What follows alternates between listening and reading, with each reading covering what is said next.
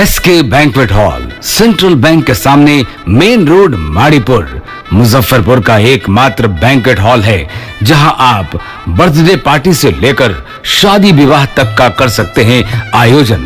2500 square feet का 3 बड़ा hall. SK banquet hall में seminar, wedding ceremony, kitty party या बर्थडे पार्टी के साथ अन्य आयोजन को किया जा सकता है। 24 घंटे बिजली पानी के अलावे पार्किंग और लिफ्ट की सुविधा है उपलब्ध। फुल्ली एयर कंडीशन इस बैंक्वेट हॉल में 1, 2 नहीं 18 बाथरूम और कई कमरे हैं उपलब्ध। बेहतरीन लाइट से सुसज्जित एसके बैंक्वेट हॉल बुक करने के लिए आज ही संपर्क करें 7005576759 8259954791। इस न्यूज के प्रायोजक हैं मां Bhavani decor private limited, 0 mile, Dadar road, Khudiram Bose college के निकट, मुजफ्फरपुर।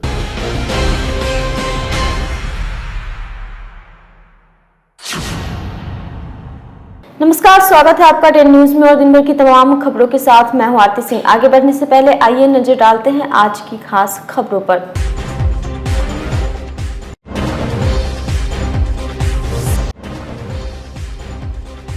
बेखौफ अपराधियों ने लूटपाट कर बैंक कर्मी को मार दी गोली। घटना के बाद से कांटी इलाके में दहशत का माहौल।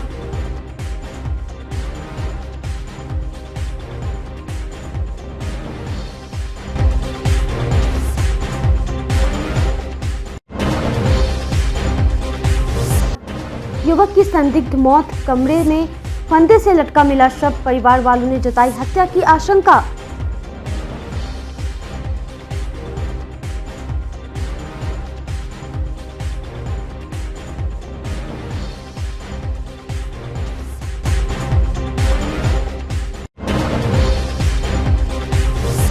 और 2 पक्षों में जमकर हुई चाकूबाजी, आधा दर्जन घायल, एक की हालत गंभीर, नहीं हो सकी है किसी की गिरफ्तारी।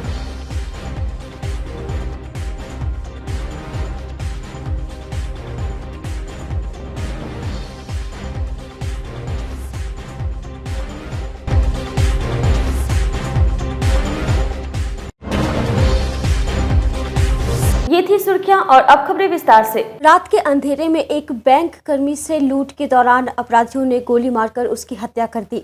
घटना के बाद से मुजफ्फरपुर के कांटी इलाके में दहशत का माहौल कायम है। मुजफ्फरपुर में बेखौफ और बेलगाम अपराधियों ने एक बार फिर खाकी के खौफ को खामोश करते हुए हत्या जैसी वारदात को अंजाम दिया है। पुलिस को खुली चुनौती देते हुए बदमाशों ने एक बार फिर ये साबित कर दिया है कि पुलिस की सुरक्षा के तमाम दावे फेल हैं। अपराधी जहां चाहेंगे, जब चाहेंगे, आम से लेकर खास तक को मौत के घाट उतार सकते हैं। इसकी तस्दीक ये तस्वीरें कर रही हैं। दिन शनिवार रात का करीबन 8:45 बज रहा था। रोज की तरह HDFC बैंक में कार्यरत कर्मी 35 साल के शशिरंजन उर्फ शिंकू ड्यूटी खत्म होने के बाद अपने गांव करजा जा रहा था, लेकिन शनिवार की रात उसकी आखिरी रात थी, क्योंकि बाइक सवार 3 हथियारबंद अपराधियों ने पहले उसका पीछा किया, फिर लूट के दौरान गोली मारकर उसकी हत्या कर दी। घटना कांटी थाना इलाके के रेपुरा हाई स्कूल के पीछे की है। घटना स्थल से कुछ ही दूरी पर शशिरंजन का घर है। शशिरंजन अपने अपाची बाइक से हेलमेट पहनकर जा रहा था। उसी दौरान अपराधियों ने उसे रोका, फिर बाइक, लैपटॉप और मोबाइल लूट लिया। विरोध करने पर शशिरंजन के सिर में गोली मारकर मौत के घाट उतार दिया। खून से लथपथ होकर शशिरंजन वहीं गिर पड़ा। इस घटना के बाद पूरे इलाके में हड़कंप मच गया। पुलिस ने मौके से एक खोखा बरामद किया है। शशिरंजन मूल रूप से पूर्वी चंपारण के मेहसी के रहने वाले थे। उनका पूरा परिवार रेपुरा गांव स्थित नलिहाल में बस गया। ग्रामीणों का आरोप है कि सूचना देने के 1.5 घंटे बाद घटना स्थल पर पुलिस पहुंची, जिससे आक्रोशित रेपुरा गांव के लोगों ने सड़क पे टायर जलाकर बवाल भी किया। पुलिस कर्मियों के साथ धक्का मुक्की हुई। रात 11:30 बजे तक सड़क जाम रखा। कांटी थानेदार संजय कुमार साथ ही डीएसपी पश्चिमी अभिषेक आनंद मौके पर पहुंचे और स्थानीय जनप्रतिनिधियों के सहयोग से आक्रोशित लोगों को शांत कराया। इसके बाद शव को पोस्टमार्टम के लिए भेजा गया। इस घटना के बाद शशि रंजन के परिवार में चीख पुकार मची हुई है। यही है कि ये लड़का जो है सो HDFC में लोन विभाग में ये लड़का काम करता है और प्रतिदिन का आना जाना है। प्राइवेट सेक्टर से ये लड़का काम करता है, तो आने में शायद इसको कुछ लेट हुआ है, तो इसके फैमिली वाले देखे कि कहाँ है नहीं है। 2 घंटा विलम्ब के बाद इसको कॉल किया गया है। कॉल करने के दौरान मालूम चला है कि इसका कॉल कोई उठा नहीं रहा था, बंद बता रहा था। लोग आक्रोशित होकर परेशान हो गए कि मेरा लड़का कहाँ रह गया, नहीं रह गया। सारा कुछ को सॉल्व करने के बाद पता चला कि यहाँ पर कोई लड़का गिरा हुआ है। प्रथम दृष्टया क्या मामला लग रहा है, छीन तोड़ का या क्या? प्रथम दृष्टया लग रहा है गाड़ी छीनने वाला। बार बार यहाँ पे जब सोनबरसा पुल से लेकर यहाँ पे पूरा स्कूल के पास, तो बार बार हर एक दिन 2 दिन कभी पर्स छिनाना है, कभी मोबाइल छिनाना है, कभी गाड़ी छिनाना है, कभी हत्या, तो बार बार हो रही। तो क्या क्या चीज छिनाया हुआ है मृतक के पास? आज तो उसके बैग में लैपटॉप रहता है, लैपटॉप नहीं है, मोबाइल जेब में नहीं है, गाड़ी नहीं है, अपाची गाड़ी था एक ब्लू कलर का, वो नहीं है उसके पास। घटना को लेकर फिलहाल पुलिस लूट के एंगल पर तफ्तीश कर रही है। आसपास के इलाकों में लगे सीसीटीवी की मदद से अपराधियों की पहचान की जा रही है। पुलिस जल्द ही अपराधियों को गिरफ्त में लेने की बात कह रही है। यहाँ एक नवयुवक की जो HDFC बैंक में काम करता था, शशि रंजन नाम है उसका, वो मोटरसाइकिल से लौट रहा था करीब 9 साढ़े 9 के आसपास। इस रोड पे कुछ अज्ञात लोगों ने, उनकी गिनती नहीं पता, लेकिन अज्ञात लोगों ने उस युवक को गोली मारी है और जिससे उसकी मृत्यु हो गई ऑन स्पॉट। और इसमें वो जिस बाइक पे था, एक अपाचे बाइक थी, वो बाइक और उसका मोबाइल भी घटनास्थल पे नहीं है। संभवतः वो लोग उसको लेके गए हैं। तो यहाँ पे अब पुलिस अपना काम कर रही है और सारे बिंदुओं पे हम लोग जांच पड़ताल कर रहे हैं और जल्द से जल्द इसमें रिकवरी की जाएगी। घटना करने वाले को जल्द से जल्द हम लोग सजा दिलवाएंगे। हालांकि सवाल यह है कि क्या सच में हत्या लूट के दौरान हुई है? इस मर्डर के पीछे किसका हाथ है? और सवाल यह भी कि क्या पुलिस इस हत्याकांड का खुलासा कर पाएगी? डे न्यूज के लिए आमिर हमजा की रिपोर्ट। मिठनपुरा थाना इलाके के चर्च रोड में एक युवक की संदिग्ध स्थिति में मौत हो गई। पंखे से लटका शव मिला। अधिवक्ता अनिल श्रीवास्तव का 36 वर्षीय पुत्र उज्जवल उर्फ अमित की मौत से परिवार में कोहराम मच गया है। परिजनों ने हत्या की आशंका जताई है। पुलिस ने शव को कब्जे में लेकर पोस्टमार्टम के लिए भेज दिया। हत्या के एंगल पर भी पुलिस तफ्तीश कर रही है। अमित सीसीटीवी कैमरे का सप्लायर था। उसने कम दिनों में ही काफी नाम कमा रखा था। अमित के पिता अनिल श्रीवास्तव मूल रूप से हरिसभा चौक के रहने वाले हैं। जमीन का विवाद होने के कारण उन्होंने 5 साल पहले चर्च रोड स्थित आलोक कुमार के मकान में किराए का 2 फ्लैट ले रखा है। अमित के पिता अनिल, मां मीना श्रीवास्तव और बहन ज्योति ऊपर वाले फ्लैट में रहती है। वहीं मृतक अमित नीचे वाले फ्लैट में अकेले रहता था। अपने फ्लैट में ही अमित ऑफिस भी चलाता था। रविवार की सुबह 8 बजे जब वह नहीं उठा तो उसकी मां मीना श्रीवास्तव ने उसके मोबाइल पर कॉल किया, लेकिन मोबाइल स्विच ऑफ था। तब उन्हें संदेह हुआ तो जाकर कमरा में देखा तो अमित का शव पंखे से लटक रहा था और कमरे का सभी दरवाजा भी खुला हुआ था। पिता अनिल श्रीवास्तव के मुताबिक अमित के पास एक हीरे की अंगूठी, मोबाइल फोन और पैसा भी था। वह सब गायब था। अमित का शव जिस तरह से पंखे में लटक रहा था, उससे लगता है कि किसी ने उसकी हत्या कर शव को पंखे से लटका दिया। परिवार वालों ने हत्या की आशंका जताई है। पिता अनिल श्रीवास्तव अपने सगे भाई सुनील कुमार पर ही हत्या की शक जाहिर की है। इस घटना के बाद मां मीना श्रीवास्तव और बहन ज्योति का रो रो कर बुरा हाल है। फिलहाल मिठनपुरा पुलिस ने कमरे को सील कर हत्या के एंगल पर तफ्तीश शुरू कर दी है। मिठनपुरा थानेदार श्रीकांत प्रसाद ने बताया कि मृतक अमित के मोबाइल का CDR निकलवाया जा रहा है। पोस्टमार्टम रिपोर्ट आने के बाद ही मौत का असल कारण पता चल जाएगा। खाना खाया है, अब खुशी खुशी गया है, कुछ नहीं, तो एक बार दोबारा पानी पिया है, खुशी खुशी गया है, कोई बात नहीं, कोई कुछ नहीं, ना खुशी से खिलाए हैं बच्चा को। अरे बाबू हमार क्या बोल के गया था? सोने जा रहे हैं? तो सब दिन जाता था सोने। अच्छा, नीचे में? हाँ। अच्छा, ठीक। आज सवेरे क्या देखें? सवेरे 8 बजे तक नहीं आया है, तो चाय बनाए हैं, लेबर आया हुआ था साफ सफाई करने के लिए, तो कमारी खोले तो पूरा खुला हुआ है, लटका हुआ है। कमारी खुला हुआ था? हाँ, कमारी खुला हुआ है, उसका सामान भी नहीं है। क्या क्या नहीं है? उसका मोबाइल नहीं मिल रहा है, उसका अथी नहीं मिल रहा है, अंगूठी, डायमंड का अंगूठी था हाथ में, वो नहीं है। क्या पता तो क्या दोस्त यार भी आता जाता था घर में? नहीं, उसका कोई दोस्त महिम नहीं था। नहीं, मम्मी पता किया है, कोई किया है। कौन आया? नहीं, बच्चा के नहीं, मम्मी कहीं नहीं, हम बच्चा को बचाएंगे। नीचे लॉक है, लोग लॉक करके ताला बंद करके गए हैं, ताला बंद कर। काय में बच्चा को ताला बंद कर दिए? काय में बच्चा को ताला बंद किया? जिस तरह से दरवाजा खुला हुआ था, क्या लग रहा है कोई घटना कर दिया इस तरह का? कोई किया होगा? कोई किया, इसलिए क्योंकि भैया हमेशा अपना लॉक रखता था, हमेशा लॉक रखता था, उसको कभी भी ये नहीं होता था बिना भी लॉक। और आज लोग कह रहा मोहल्ला वाला कि जो टफी को भी घुमाने नहीं ले गया है, तो फिर आखिरकार सारा गेट काहे खोलेगा वो? उसको क्या जरूरत होगा? लोग मोहल्ला के लोग क्या संभावना लग रहा है? कोई घुसा है, नहीं तो मोबाइल और अंगूठी हीरा वाला हाथ से कहाँ गया? जो इतना खराब समय आया, लेकिन वो फिर भी नहीं बेचा। वो बोला कि नहीं मेरा, हम इसको कहाँ बेचेंगे, तुम लोग कहने से थोड़े बेच देंगे। कभी वो अंगूठी हीरा वाला नहीं बेचा, किसी स्थिति में नहीं बेचा। कोई मार के लटका दिया है। हाँ, और टेबल से एकदम नजदीक है, टेबल पर से कैसे हटावा? मम्मी बैठो। नहीं मम्मी, कोई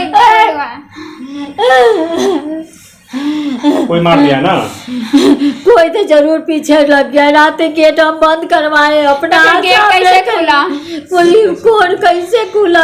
कुत्ता को ले जाता था घुमाने के, उसी का पीछा घुस गया वो। सुबह में हम आए करीब 8 बजे के लगभग, 6 बजे फ़ोन किए पहले हम 6 बजे के लगभग में, तब मोबाइल में स्विच ऑफ बताया।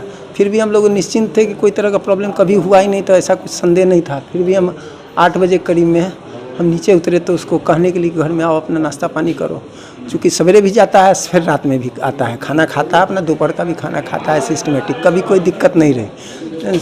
आज क्या हुआ कि हम आए तो देखते हैं किवाड़ खुला हुआ है, तो हम अंदर जैसे ही घुसे हम देखे कि अंदर में वो लटका हुआ है। हम तो कलेजा पीटते हुए चिल्लाते हुए ऊपर भागे,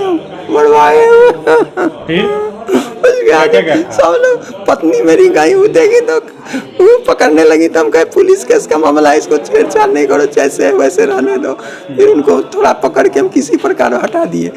उसके बाद जो है सो मैंने थाना को हम खबर किए, थाना से इंस्पेक्टर साहब कहे कि हम आदमी को भेज रहे हैं, आदमी अपना आएंगे। क्या क्या था रूम में, क्या क्या गायब है उसके पास? उनके हाथ से अति का हीरा का अंगूठी था, सोने का पहने हुए था, वो गायब है। और उसका मोबाइल नहीं मिल रहा है। उसका मोबाइल 2 या 3 मोबाइल था, 2 मोबाइल तो निश्चित था, एक और मोबाइल। चारों तरफ का दरवाजा खुला हुआ था? हाँ, चारों तरफ का दरवाजा खुला हुआ था। ये भी गेट, ये गेट भी खुला हुआ था, और यहाँ मेन गेट भी खुला हुआ था। सब खुला हुआ था। क्या संभावना लग रहा है? कोई मारा है, ये तो फाइनल है। कहीं भाई कोई के बारे में बता रहे थे? हाँ, भाई के बारे में तो भाई के ऊपर मर्डर केस चल रहा है। क्या नाम है भाई? सुनील कुमार, पिता चित्रंजन साहब। अभी हम कैसे, हम देखे ही नहीं तो हम कैसे किसी को कह भाई का नाम क्यों ले रहे हैं? नाम इसलिए ले रहे हैं कि 10 दिन पहले हमको धमकी भी दिया है। वो क्या धमकी? धमकी दिया है कि आप हमारा कुछ नहीं उखाड़ लीजिए इस मर्डर केस में। मुंह पर हम कोर्ट को कह दिए, हम इस बात को कोर्ट को जाकर डायरेक्ट हम हाकिम को जाकर के कहें कि हुजूर इनको समझाया जाए, ये गलत शब्द का प्रयोग न करें। मेरे मामले में केस चल रहा है आपके भाई पे? हत्या, उसने हत्या किया था, मेरी माँ का वसीयत बनवा के उनका हत्या किया था। कब हुआ था उनसे? 2008 में केस हुआ था मिठनपुरा थाना में। 2008 में कैसे हत्या हुई थी? वो माँ का तकिया से मुंह दबा करके हत्या किया। उसको रोकने का हम कोशिश किए, लाश ले नहीं बचाने का कोशिश किए, तब तक तो मर चुकी थी। उसके बाद जो है सो लाश लेके वो भागा, तो हम लोग उसका पीछा किए, तो डेथ सर्टिफिकेट के लिए प्रशांत नर्सिंग होम गया था। वहाँ गेटे पर जाने के बाद वहाँ के जब भागा वहाँ से कार लेकर के, हम जब जिस मारुति भान था उजले रंग का BR06। अच्छा ठीक है, ये बताइए जिस तरह से पैर सटा हुआ है, चारों तरफ का दरवाजा खुला हुआ, उसे साफ है कि हत्या? एकदम हत्या है, एकदम कंफर्म है। अगर हत्या अगर नहीं है तो उसका अंगूठी कहाँ गया, उसका 3 मोबाइल कहाँ गया? 2 मोबाइल तो कंफर्म है कि उसके पास बड़ा बेटा आपका वो CC कैमरा का सप्लायर था। हाँ। कब से रह रहे हैं यहाँ पे? 4 साल, लगभग 16-17 से लगभग। ये है कि हैंगिंग फांसी लगा के मृत्यु हो गया है। देखने से सर क्या लग रहा है? संदिग्ध परिस्थिति में मौत बुझा रहा। मौके से कुछ मिला होगा? नहीं, विशेष तो अभी कुछ नहीं मिला है, अनुसंधान हो रहा है। मृतक के बारे में क्या कुछ जानकारी है? क्या नाम है, क्या करता है? मृतक का नाम उज्ज्वल कुमार है, उम्र 37 वर्ष है। परिवार वाले सर हत्या की संभावना जता रहे हैं, क्या करेंगे? हाँ, उसका तो अब जांच चल रहा है, जांच में पता चलेगा। पोस्टमार्टम रिपोर्ट आने के बाद ही कंफर्म होगा। पोस्टमार्टम के लिए भेज दिया भेजा जाएगा। सीसीटीवी वगैरह चले सीसीटीवी वगैरह लगा हुआ है, उसको चेक किया जाएगा। बंद बता रहे हैं लोग? बंद है ना। अच्छा, इस संबंध में जांच हो रहा है। मुजफ्फरपुर के मिठनपुरा थाना इलाके के रामबाग चौड़ी में मामूली विवाद में साला और बहनोई के बीच खूनी झड़प हो गई। दोनों तरफ से जमकर चाकूबाजी हुई। घटना में करीबन 6 लोग गंभीर रूप से घायल हो गए, जिसका इलाज सदर अस्पताल और मेडिकल में कराया जा रहा है। घटना के संबंध में एक पक्ष के घायल मोहम्मद इश्तियाक उर्फ गोदी की पत्नी जीनत प्रवीण ने बताया कि उसके सगे भाई इम्तियाज, चांद, शहजादा, अमीरुल आबिद और संदा ने उसके पति गोदी पर चाकू से जानलेवा हमला कर दिया, जिससे वह लहूलुहान हो गया।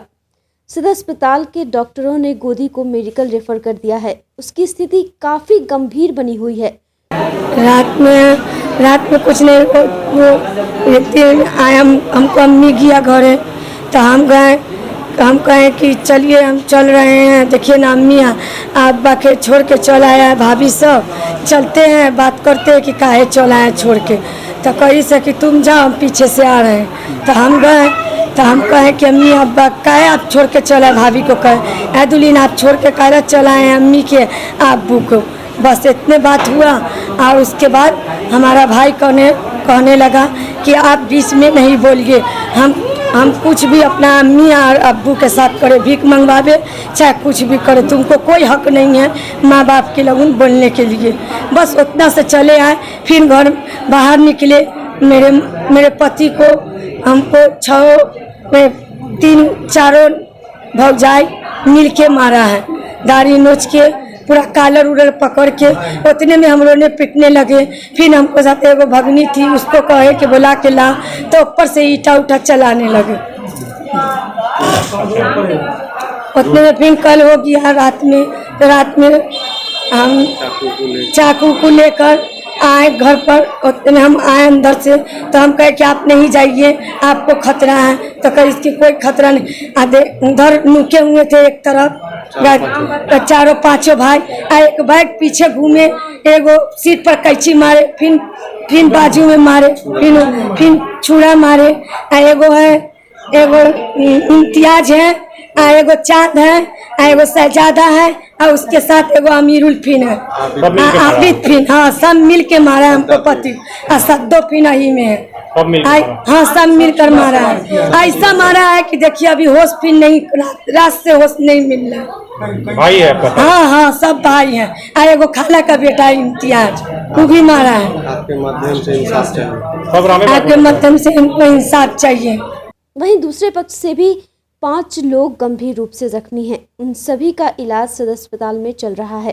घटना के संबंध में दूसरे पक्ष के मोहम्मद चांद ने बताया कि पहले गोदी के द्वारा हमला किया गया। चांद ने बताया कि दोनों की नज़र गोदी के ससुराल की ज़मीन पर पहले से ही है, उसी को लेकर वह लगातार हमला करता है। फिलहाल मिठनपुरा पुलिस दोनों पक्षों का बयान दर्ज कर आगे की कार्रवाई में जुट गई है। क्या घटना घटी थी रात में? रात में यही घटना घटी थी कि हम लोग घर पे नहीं थे और गोदी आया घर पे। उसके बाद बोला कि हमको हक हिस्सा चाहिए। तो वहाँ का घर बेच दिया महाराजी पोखर का। इसमें आके हमेशा मारपीट करता था। उसके बाद तीनों हमारे ननद को, हमारे घर वाली को, हमारे इसको भाई को, बीवी को, सबको बहुत मारा। उसके बाद हमारे घर वाली फ़ोन किया कि देखिए ऐसा करके आपका बनोए आया है मारी से। उसके बाद हम लोग घर पे आए तो यहाँ पे मोहल्ला टोला। उसके बाद हम लोग, मेरा भाई गाड़ी से फिर जा रहा था। उसके बाद फरमान डॉक्टर जहाँ पे है वहाँ पे 2 वीडियो कैमरा लगा हुआ है, आप लोग जांच कर सकते हैं। हमारा 25 आदमी मिलकर हमारे भाई को ऐसा बुरे तरीके से मारा। उसके बाद मेरे भाई 25 आदमी मिलके, गोदी भी था और उसका इम्तियाज भाई भी, 25 आदमी। आप वीडियो कैमरा वहाँ पर चेक कर सकते हैं। फरमान के पास 2 वीडियो कैमरा लगा हुआ है। और उसके बाद वहाँ से फिर ये भाई को बोलने गए वहाँ से, तो वो लोग उल्टे खुद डाइगर से छुरी से वो लोग हमला किया और उसके बाद हमारे भाई सबको घायल कर दिया। देखिए हम इसके इलाज करवाए हर चीज़ की, इसका हाल देखिए क्या हाल कर दिया, इसका पूरा हाल देखिए, ये लोग का हाल क्या कर दिया, हम लोग का पूरा, हमको ऐसा बांस मारा कि हम कुछ देर पूरा बेहोश हो गए। इधर देख लीजिए इसका क्या हाल किया, मेरा भी देखिए ब्रेन फटा हुआ पूरा, और उल्टे हम लोग पर इल्जाम लगा रहा है कि हम लोग मारे। मुजफ्फरपुर सर्किट हाउस के पास शनिवार की रात एक मोटर पार्ट्स की दुकान में भीषण आग लग गई। दमकल की 2 बड़ी और 2 छोटी गाड़ियों से करीब 3 घंटे की कड़ी मशक्कत के बाद आग पर काबू पाया गया। दुकान में आग लगते आसपास के लोग घर छोड़कर भाग निकले। सड़क पर अफरा तफरी मचने से जाम की समस्या उत्पन्न हो गई। दुकानदार त्रिलोकीनाथ प्रसाद ने बताया कि रॉयल इनफील्ड के 2 तल्ले पार्ट्स की दुकान में शाम 7:30 बजे के आसपास अचानक आग लग गई थी। आग दुकान के अंदर से लगी थी, जिसके कारण शटर नहीं खुल पाया। फायर कर्मियों ने शीशा तोड़कर आग बुझाने का प्रयास किया। शॉर्ट सर्किट से आग लगने की बात कही जा रही है, लेकिन दुकानदार का कहना है कि वे बिजली ऑफ करके घर गए थे। घटना में 35 लाख की क्षति होने की बात कही जा रही है। पैसे लगा, अभी तो दुकान बढ़ा के सारे साथ में गए हैं। उसके बाद घर पहुंचे हैं तो मालूम हुआ कि मैंने आग लग गया। लोग यहाँ अगल बगल का लोग बोला कि आग लगा हुआ। हम लोग आए तो देखे कि मैंने तो भीषण आग लगे। रॉयल एनफील्ड जनून स्पेयर पार्ट का है। जानकारी अभी क्या मिली है, कैसे आग लगी होगी? कैसे अब शॉर्ट सर्किट से अब क्या ऐसे तो देखने के बाद पता चलेगा। ऐसे तो क्षति का अनुमान है, क्षति का अनुमान क्या होता है? लगभग 35 लाख का सामान होगा, 35 प्लस होगा सामान। कितने बजे घटना, कितने बजे हुई? 7:30 वही 8 बजे हमको फोन गया है। 8 7:30 में तो बढ़ा के लोग गया ही 8 बजे हमको फोन गया है। आप ही का दुकान है? हाँ। क्या कुछ हुआ है? ये अब से पौन घंटा पहले स्थानीय कुछ लोग सूचना दिए कि चंदन जी के दुकान में आग लग गया है। तो मैंने तुरंत फायर ब्रिगेड को सूचना दिया और स्थानीय थाना को, और अभी आग बुझाने का कार्य चल रहा है। लगभग नियंत्रण हो गया है, लेकिन मेरा अनुमान है कि बहुत क्षति हुआ है चंदन जी का। क्या चीज़ का दुकान था? स्पेयर पार्ट्स का था, बुलेट का स्पेयर पार्ट्स का। क्या लगा, कैसे आग लगे, क्या जानकारी मिली? अभी तक तो कुछ ऐसा अनुमान है कि शॉर्ट सर्किट से लगा है, लेकिन अभी तो जांच का विषय है। मकान वगैरह ऊपर में मकान भी है और ऊपर में सामान भी उनका रखा हुआ है। बहुत ज़्यादा क्षति हुआ है। कितने का क्षति हुआ? अभी अभी तो दुकानदार ही बताएंगे, लेकिन अब कितना का क्षति हुआ नहीं कर सकते हैं। नगर निगम में वार्ड पलटवार जारी है। नंदू बाबू के बातों का जवाब देते हुए राकेश कुमार पिंटू ने कहा कि 5 तारीख को बुलाई गई विशेष बैठक में बजट पास किया गया। इसके बाद मेरी अनुपस्थिति में नगर आयुक्त ने नंदू बाबू से बैठक की अध्यक्षता कराकर प्रोसीडिंग निकाल दिया, जो कहीं से वाजिब नहीं है। नंदू बाबू को जवाब देते हुए मेयर ने कहा कि वह नगर विधायक के कहने पर नहीं चल रहे हैं, बल्कि विधायक का निगम के काम में कोई हस्तक्षेप नहीं है। रविवार को आयोजित अपनी प्रेस वार्ता में मेयर राकेश कुमार पिंटू ने कहा कि नंदू बाबू को जनता के लिए काम करना है तो आए साथ मिलकर निगम कार्यालय में धरना पर बैठते हैं।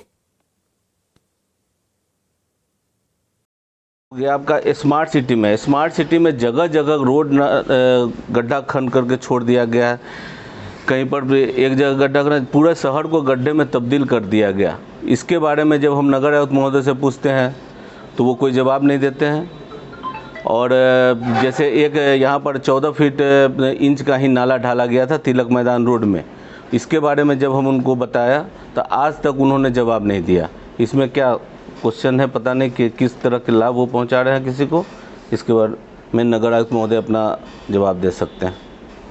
तीसरा, यूजर चार्ज का मूलभूत मेरा ये कहना है। यूजर चार्ज में हम स्पष्ट उनको बोले कि जब तक शहरवासी को यूजर चार्ज अगर आप लेना है तो शहरवासी को मूलभूत सुविधा जो भी है शहरवासी को देना होगा। उसके बाद आप यूज़र चार्ज लीजिए। यूज़र चार्ज में उनका कहना है हर एक जो भी दुकान है सभी दुकान से, प्रत्येक दुकान से लेंगे। अगर एक होल्डिंग में 10 दुकान है तो 10 दुकान से वो यूज़र चार्ज लेते हैं, और उसका भी काफ़ी 30 रुपये से लेकर के अधिक रेट पर भी यूज़र चार्ज वसूला जा रहा है। ये सरासर धांधली है। यूज़र चार्ज लेना है तो पहले आप सभी को मूलभूत सुविधा उपलब्ध कराइए। हमने पिछली बोर्ड की बैठक में इसको खारिज कर दिया था। सभी माननीय पार्षद जो भी थे सदस्यगण सभी स्पष्ट रूप से यूज़र चार्ज के खिलाफ थे, और इसको यूज़र चार्ज बंद करने के लिए हम लोग एक मत से सभी ने ये अपना हाथ उठा करके यूज़र चार्ज नहीं लेने पर विचार किया था। उस समय यूज़र चार्ज लगाया गया था, क्या उस समय निगम वो सुविधाएं दे रही थी जिसका जब दावा कर रहे कि नहीं मिल रहा है? नहीं, उस समय भी वो सुविधा नहीं मिल रही थी, अभी भी वो सुविधा नहीं मिल रही है। उस समय अब किस समय लाया गया, ये 6 महीना पहले की बात है। एक्चुअली पिछले बोर्ड में जो लाए, मैं इसी बोर्ड में हम जो महापौर थे वो लाए थे। अब वो किस कारण से लाए थे ये उनसे पूछा जाए। अब इसमें आगे क्या? अभी जैसे हमारे गार्जियन जो नंदू बाबू हैं उनके बारे में हम आते हैं, वो हमारे अभिभावक हैं, सब कुछ है हमारे, हम लोग उनको गार्जियन मानते हैं। पिछले बार भी वो हमारे समर्थक भी रहे हैं, लेकिन वो फिर चले गए दूसरे पाली में। पता नहीं क्यों, माने क्या कारण था, उनको अस्थाई समिति में मेंबर बनना था, शायद इस कारण से चले गए होंगे। और उसके बाद आज पुनः वो जो पिछले 5 तारीख को जो बोर्ड की बैठक हुई थी उसमें वो क्या बोलते हैं, उनको अध्यक्ष के रूप में बैठा दिया गया।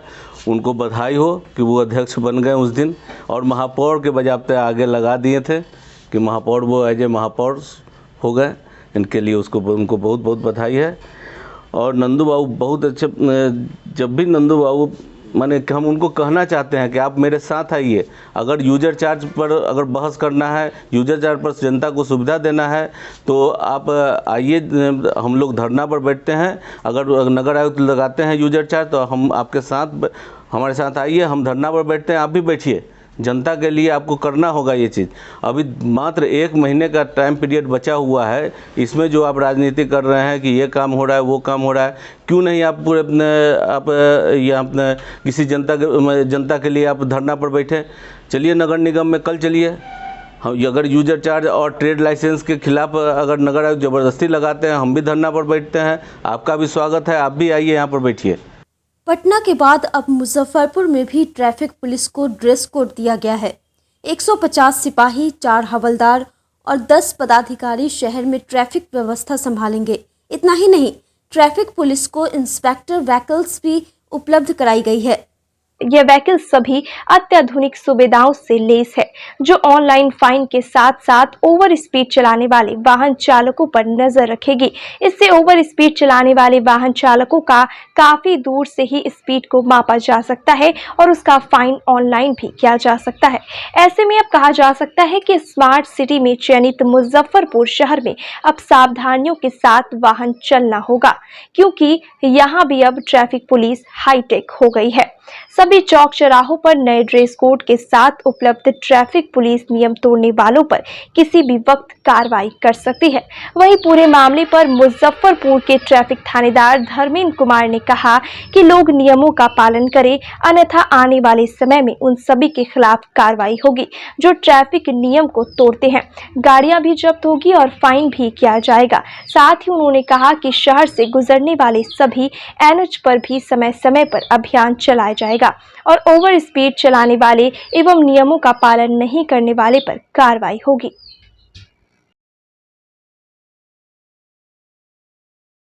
पूरे मुजफ्फरपुर में ट्रैफिक जवान का जो भी वर्दी है उसको चेंज कर दिया गया है। जो पहले खाकी रंग का था ब्लू और वाइट कर दिया गया है, और सर के द्वारा जो है पूरा जो है ट्रैफिक सुचारू रूप से चले इसके लिए पूरा बल की प्रतिनियुक्ति कर दी गई है। नाला बनने को लेकर के थोड़ा विवाद है, थोड़ा परेशानियां हो रही है, लेकिन कुछ दिन के बाद नाला जैसे ही बंद हो जाएगा पटना के तर्ज पर भी आपको ट्रैफिक नजर आएगी। यहाँ पर क्या लग रहा है कब तक ये सॉल्यूशन हो जाएगा? लमसम हमको तो लग रहा है कि नाला बन रहा है, नाला बनने के बाद हो जाएगा, लेकिन नाला से बाहर जो है जैसे 0 माइल हो गया, बैरिया हो गया, चांदनी चौक हो गया, भगवानपुर हो गया, सब वहाँ पर जो है हम लोग को गाड़ी सरकार द्वारा जो है एक व्हीकल उपलब्ध कराई गई है जिसमें फास्ट गार्ड मशीन लगा हुआ है। दूर से ही पता चल जाता है कि आप कितने के स्पीड में आ रहे हैं, ज़्यादा स्पीड होने पर सबकी फाइन काटी जा रही है। मुजफ्फरपुर में स्मार्ट सिटी होने के बाद स्मार्ट ट्रैफिक व्यवस्था कब तक देखने को मिल जाएगी? बहुत जल्द देखने को मिल जाएगी। वरीय पुलिस अधीक्षक का प्रयास है कि जितना जल्दी हो सके उतना जल्दी जो है एकदम सुचारू रूप से हो जाए। शहर के पौष इलाकों में अक्सर जाम देखा जाता है, उसके लिए कोई आप बस नाला बन रहा है, जहाँ भी नाला बन रहा है, जहाँ जाम हो रही है वहाँ पे बल की प्रतिनियुक्ति की जा रही है। लगी हुई है, उसमें ये है कि गाड़ी में कोई जो ब्लैक शीशा लगा कर अगर चल रहे हैं तो ब्लैक शीशा को बता देगा मशीन जो है कि कितना इनको रहना चाहिए, कितना है। आप हॉर्न बजा रहे हैं तो हॉर्न की क्या तीव्रता होनी चाहिए उससे ज़्यादा बता रहे हैं, बजा रहे हैं तो भी जो है ऑटोमेटिक उसमें रन हो जाएगा। हॉर्न का डेसिबल और गाड़ी की स्पीड भी बताएगी? हाँ बिल्कुल सब बताएगी। ऑलरेडी जो है ऑनलाइन चालान भी कट रहा है मुजफ्फरपुर में, जो आपके गाड़ी के रजिस्ट्रेशन पर ऑलरेडी DTO के यहाँ फाइन करते ही, पेंडिंग फाइन करते ही वहाँ जो है मैसेज चला जा रहा है कस्टमर के पास। अपना परिचय दिएगा। बिहार में पहली बार वाहजी वाह का आउटलेट मुजफ्फरपुर में शुभारंभ हुआ है। मिठनपुरा क्लब रोड स्थित दैनिक भास्कर कार्यालय के बगल में खोले गए वाहजी वाह आउटलेट का उद्घाटन नगर विधायक विजेंद्र चौधरी ने फीता काटकर किया। मौके पर संचालक ज्ञानवेंद्र गौरव सहित काफ़ी संख्या में लोग मौजूद रहे। ज्ञानवेंद्र गौरव ने बताया कि यहाँ का एक्सक्लूसिव USP सोया चॉप है, जो अब तक मुजफ्फरपुर में ऑनलाइन ही डिलीवरी हो पाता था। उन्होंने बताया कि तंदूरी में सोया और पनीर सोया चॉप के अलावे ग्रेवी में तवा चॉप तो यहाँ उपलब्ध हैं ही, अफ़गानी मोमोज़ और अफ़गानी सोया चॉप भी खूब पसंद करेंगे। आज नगर विधायक वीरेंद्र चौधरी ने हमारा वाहजी वाह का आउटलेट मुजफ्फरपुर क्लब रोड जो कि दैनिक भास्कर के बगल में है, वहाँ पे ओपनिंग किया है। ये बिहार का फर्स्ट आउटलेट है और इसका एक्सक्लूसिव जो USP है वो सोया चाप का आइटम है, जो कि बिहार में ये अवेलेबल नहीं था। हम लोगों ने बहुत कोशिश करके इसको यहाँ पे लाया है। पिछले 1 साल से हम लोग इसको ऑनलाइन सर्विस में स्टार्ट किए हुए हैं वाहजी वाह को, जो स्विगी है, जोमेटो है, इस पे है। लेकिन ये आउटलेट कोविड के बाद फर्स्ट आउटलेट है हमारा जो हमने स्टार्ट किया है। ये प्योर वेज है और वेजिटेरियन के पास बहुत ज़्यादा ऑप्शन नहीं होते हैं, पनीर के अलावा कुछ खास होता नहीं है। लेकिन सोया चाप एक ऐसा ऑप्शन है जो कि हेल्दी भी है और मतलब कि 10-12 ऑप्शन वैसे ही बढ़ा देता है ये वेजिटेरियंस के लिए। तो लोगों से अनुरोध है कि आए यहाँ पे और एक बार ज़रूर टेस्ट करें। क्या आइटम है टोटल आपके यहाँ? हमारे यहाँ स्टार्टर्स में तंदूरी के सोया चाप के आइटम है, पनीर के सोया चाप के आइटम है, पनीर के साथ है वो, और ग्रेवी में तवा चाप इनका होता है जो काफ़ी बेहतरीन होता है, वो है। तो वो करें। हमारा मोमोज़ बहुत बेहतरीन है। मोमोज़ में अफ़गानी मोमोज़ जो आजकल बहुत मार्केट में चल रहा है, अगर हमारे यहाँ अफ़गानी मोमोज़ खाएंगे तो फिर बाकी सब जगह का भूल जाएंगे आप। तो अफ़गानी मोमोज़ ट्राई करें और अफ़गानी सोया चाप भी ट्राई करें यहाँ का, जो कि हमारा सबसे स्पेशल आइटम है। यही है। मेरा नाम ज्ञानेंद्र गौरव हुआ। हम यहाँ ऑलरेडी एक मौजनी चला रहे हैं, सिकंदरपुर वाला मौजनी जो हमारा केक का आउटलेट है, वो भी हमारे शहर के लोगों ने बहुत पसंद किया उसको, और हमारा विश्वास है कि ये वाला भी जो हमारा आउटलेट है जो कि एक QSR फॉर्मेट में है, ये भी लोग ज़रूर पसंद करेंगे। देखिए, हम तो आज ओपनिंग हुआ है इनका वाहजी वाह का जो है रेस्टोरेंट, क्लाउड किचन है एक तरह का, और बैठने की भी सुविधा है यहाँ। हमने टेस्ट किया है इनका सोया चाप, वो बेहतरीन है और वेज में ये लग नहीं रहा था कि ये वेज खा रहे हैं, ये बिल्कुल नॉन वेज की तरह था। और इस रेस्टोरेंट की खासियत है कि ये प्योर वेज है, ये सबसे बड़ी विशेषता है इस रेस्टोरेंट की। हम शुभकामना व्यक्त करेंगे गौरव जी का कि इनका रेस्टोरेंट दिन दुनी रात चौगुनी हो। लग रहा है जैसे कुछ नॉन वेज का कोई आइटम खा रहे हैं, तो बहुत अच्छा टेस्ट है, स्पाइसी है और बहुत टेस्टी है। लग रहा है कि नॉन वेज खा रहे हैं? लग रहा है जैसे नॉन वेज खा रहे हैं। फर्स्ट टाइम ऐसा खाएँ कि पहले ही मुजफ्फरपुर में खाया? नहीं, मैं बाहर रहता हूँ, तो बाहर में वाहजी वाह का पहले टेस्ट किया है। पुणे रहता हूँ मैं, तो यहाँ पे पहली बार मतलब देखा वाहजी वाह, तो लगा कि यहाँ भी आ गया मुजफ्फरपुर में।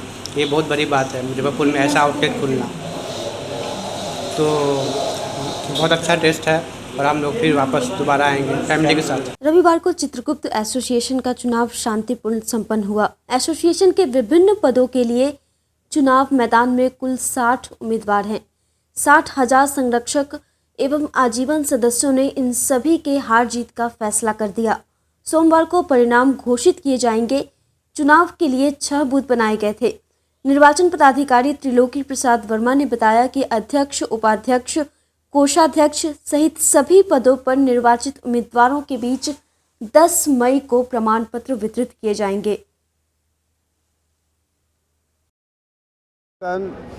कार्यकारिणी 2022-25 सत्र का चुनाव हो रहा है। इसमें कुल 10 पद है, जिस 10 पद के लिए 25 आदमी का चुनाव होना है, जिसको अभी वर्तमान में इस एसोसिएशन के 6,000 मेंबर हैं। उसमें कुछ सक्रिय हैं और बाकी आजीवन है। दोनों मिला के 6,000 है। जो 6,000 मेंबर हैं वही इसके मतदाता भी हैं और वही कर रहे हैं, वोट कर रहे हैं। कैंडिडेट यहाँ कुल 60 आदमी खड़े हैं। यही चुनाव तो हो रही है। चुनाव की सवेरे से चल रही है, आप लोग का सहयोग से और जनता के सहयोग से, यहाँ के सदस्यों के सहयोग से, उम्मीदवार के सहयोग से, सबों के सहयोग से हम अभी तक तो यहाँ तक संपन्न शांतिपूर्ण ढंग से ले आए हैं। प्रशासन का फुल समर्थन है, सहयोग है। अब आगे इसके बाद जो 5 बजे तक चुनाव होना है, अब 5 बजे तक की जो स्थिति रहेगी यहाँ पर, तो अभी हम 5 बजे के बाद ही कुछ कह सकते हैं। लेकिन मुझे अंदाज है कि चुनाव मेरा संपन्न होगा और सही ढंग से संपन्न। अभी तक कितना % गिर गया? अभी तक तो गिरा है 30% हुआ। 30%। पद पे कितने पद पे कितने लोग खड़े हैं उसके हिसाब से बता सकते हैं? अध्यक्ष क्या है? अध्यक्ष का पद 1 है, उस पर 3 आदमी खड़े हैं। महामंत्री का पद 1 है, उस पर भी 3 आदमी खड़े हैं। कोषाध्यक्ष का पद 1 है, उस पर भी 3 आदमी खड़े हैं। संगठन मंत्री 1 हैं, उस पर भी 2 आदमी खड़े हैं। उप संगठन मंत्री का 1 पद है, उसमें भी 2, हाँ, सह संगठन मंत्री करके हैं, सह कोषाध्यक्ष करके हैं। हाँ। रविवार को इस्लामपुर रोड में आयोजित रेलवे गुमटी दुकानदार संघ की बैठक में उजाड़े गए दुकानदारों का केस लड़ रहे हाईकोर्ट के वकील अरविंद कुमार को सम्मानित किया गया। जैसा कि आपको मालूम है कि रेलवे स्टेशन के पास 122 दुकानों को नगर निगम और रेल प्रशासन ने उजाड़ दिया है। इसी मामले को लेकर दुकानदार संघ ने पटना हाई कोर्ट में एक याचिका दायर की थी, जिस पर सुनवाई करते हुए हाई कोर्ट ने रेलवे प्रशासन और नगर आयुक्त को आदेश दिया है कि दुकानदारों को फिर से बसाया जाए या विस्थापित दुकानदारों के लिए वैकल्पिक व्यवस्था की जाए। दुकानदारों का केस पटना हाई कोर्ट के वकील अरविंद कुमार लड़ रहे हैं, जिसमें जीत मिली है। इसी को लेकर आज दुकानदार संघ ने एक कार्यक्रम आयोजित कर अधिवक्ता अरविंद कुमार का सम्मान किया। अधिवक्ता ने बताया कि दुकानदारों के पास एग्रीमेंट पेपर भी है, इसके बावजूद दुकानों को उखाड़ दिया गया। हाई कोर्ट में रेलवे की तरफ से कहा गया कि जमीन रेलवे की नहीं है, नगर निगम की है। इस मामले में सुनवाई करते हुए हाई कोर्ट ने रेलवे और नगर निगम दोनों को आदेश दिया है कि आपस में सहमति बनाकर विस्थापित दुकानदारों को फिर से बसाया जाए। मुजफ्फरपुर में आज करीब 50 साल से भी 122 दुकानदार लगभग स्टेशन रोड में थे, जिनको सरकार ने, रेलवे ने बिना कोई कारण से उनको उजाड़ दिया। आज उतने लोग हैं जिनकी भरण पोषण उस दुकान पर निर्भर करती थी। कानून है कि बिना उनका अल्टरनेटिव अरेंजमेंट किए हुए आप नहीं हटा सकते हैं।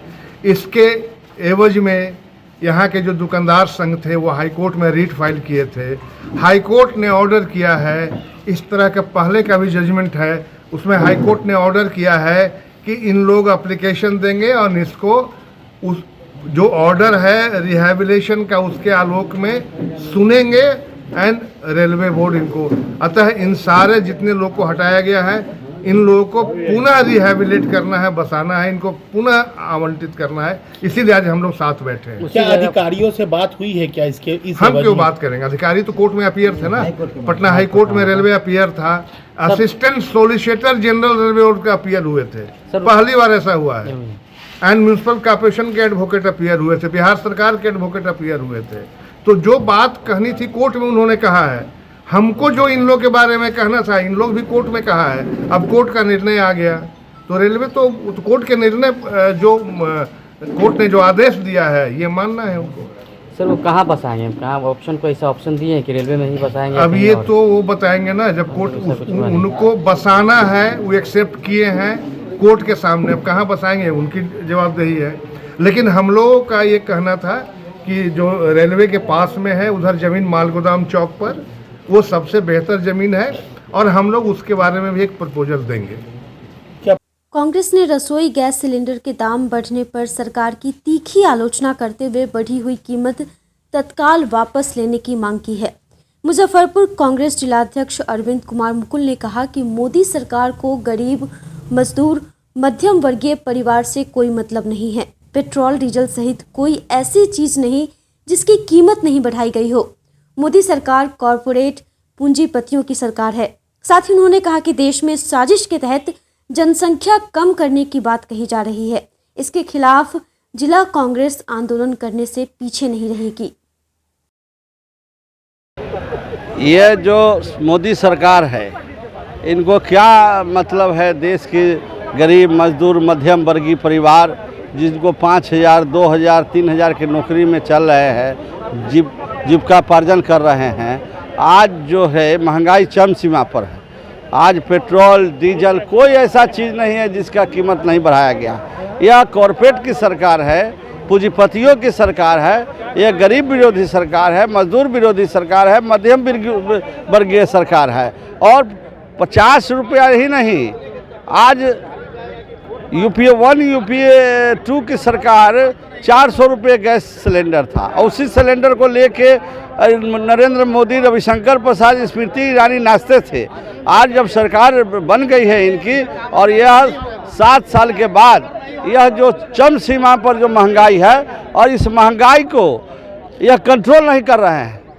50 रुपया अब समझ रहे हैं, जो मध्यम वर्गीय परिवार, मजदूर है, जो दिनचर्या, जो जीवन अपना जो है कमाता है, खोद के पानी निकालता है, पानी पीता है, पिलाता है, कैसे चलेगी? आत्महत्या हो रहा है, कितने बेरोजगारी चरम सीमा पर, रोजगार नहीं मिल रहे हैं। देश को ये लोग साजिश के तहत चाह रहे हैं कि किसी तरह जनसंख्या कम हो, पब्लिक को मारना चाह रहे हैं और मोदी सरकार उसी के तहत वह कार्रवाई में लगे हुए हैं। इसमें कई देश इस साजिश में है कि किसी तरह से जनसंख्या को यह लोग कम कराना चाहते हैं और उसमें गरीब, मजदूर, मध्यम वर्गीय शिकार हो रहे हैं। इसलिए कि पूंजीपति अडानी आज मोदी सरकार में सबसे बड़ा पैसे वाले बन गए। कैसे बन गए भाई? यह लॉकडाउन कोरोना में कैसे बन गया अडानी पूरे एशिया में सबसे पूंजीपति आदमी? इसलिए कांग्रेस पार्टी इसका विरोध करती है। मुजफ्फरपुर जिला कांग्रेस कमेटी हम लोग आंदोलन करेंगे, जन जागरण करेंगे। सरकार को थोड़ा भी शर्म बचा है तो महंगाई पर कंट्रोल करें। रविंद्रनाथ ठाकुर के प्रसिद्ध गीत नाट्य चंडालिका की प्रस्तुति पर शनिवार की शाम आम्रपाली ऑडिटोरियम तालियों से गूंज उठा। इसके बाद एक से बढ़कर एक प्रस्तुतियां हुई। भारत सरकार के कला संस्कृति मंत्रालय द्वारा प्रायोजित कला पर्व की विशेष प्रस्तुति रविंद्रनाथ ठाकुर की जयंती और नृत्य सम्राट पंडित बिरजू महाराज की स्मृति को समर्पित रही। सुप्रसिद्ध कथक नृत्यांगना डॉक्टर रंजना सरकार ने एक अछूत कन्या की भावपूर्ण भूमिका से सबको अभिभूत कर दिया। उन्होंने कहा कि प्रसिद्ध गीत नाट्य चांडालिका अछूत कन्या प्रकृति और भगवान बुद्ध के शिष्य आनंद की प्रेम कथा है, जो जाति, रंगभेद समेत कई सामाजिक संकीर्णताओं का पर्दाफाश करती है। इस नृत्य नाटिका की प्रस्तुति की परिकल्पना और निर्देशक डॉक्टर रंजना सरकार, संवाद एवं गीत लेखन डॉक्टर सुनीता गुप्ता और डॉक्टर संजय पंकज ने की। वहीं संगीत निर्देशन चंद्रचूड़ भट्टाचार्य ने किया। इसके पहले कार्यक्रम का शुभारंभ उप महापौर मान मर्दन शुक्ला, डॉक्टर रणवीर राजन, डॉक्टर तारिक इमाम, अविनाश तिरंगा और डॉक्टर ब्रजेश कुमार ने दीप प्रज्वलित कर किया। आज की खबरों में बस इतना ही। कल फिर मिलेंगे कुछ नई खबरों के साथ। तब तक के लिए हमारी न्यूज टीम को दीजिए इजाजत। नमस्कार। SK banquet hall, central bank के सामने, मेन रोड, माड़ीपुर, मुजफ्फरपुर का एकमात्र बैंक्वेट हॉल है जहां आप बर्थडे पार्टी से लेकर शादी विवाह तक का कर सकते हैं आयोजन। 2500 स्क्वायर फीट का 3 बड़ा हॉल। एसके बैंक्वेट हॉल में seminar, wedding ceremony, kitty party या बर्थडे पार्टी के साथ अन्य आयोजन को किया जा सकता है। 24 घंटे बिजली पानी के अलावे पार्किंग और लिफ्ट की सुविधा है उपलब्ध। फुल्ली एयर कंडीशन इस बैंक्वेट हॉल में 1, 2 नहीं 18 बाथरूम और कई कमरे हैं उपलब्ध। बेहतरीन लाइट से सुसज्जित SK बैंक्वेट हॉल बुक करने के लिए आज ही संपर्क करें 7005576759 8259954791। Basement parking, first floor hall, second floor hall, third floor room, fourth floor hall. Area wise एक फ्लोर का एरिया 2500 स्क्वायर फीट है फर्स्ट फ्लोर का। सेकेंड फ्लोर का भी सेम है, थर्ड फ्लोर का भी सेम है, फोर्थ फ्लोर का भी सेम है। इस मैरिज के लिए सबसे अच्छा है क्योंकि बड़ा एरिया, आप चाहे तो 1000 आदमी का भी पार्टी इसमें कर सकते हैं, 500 का भी कर सकते हैं, 200-100 का भी करना हो, कोई बर्थडे करना हो, कोई भी पार्टी करना हो तो आप इसमें आराम से कर सकते हैं क्योंकि 3 हॉल है एक साथ में, तो आप बड़ा से बड़ा भी पार्टी इसमें कर सकते हैं।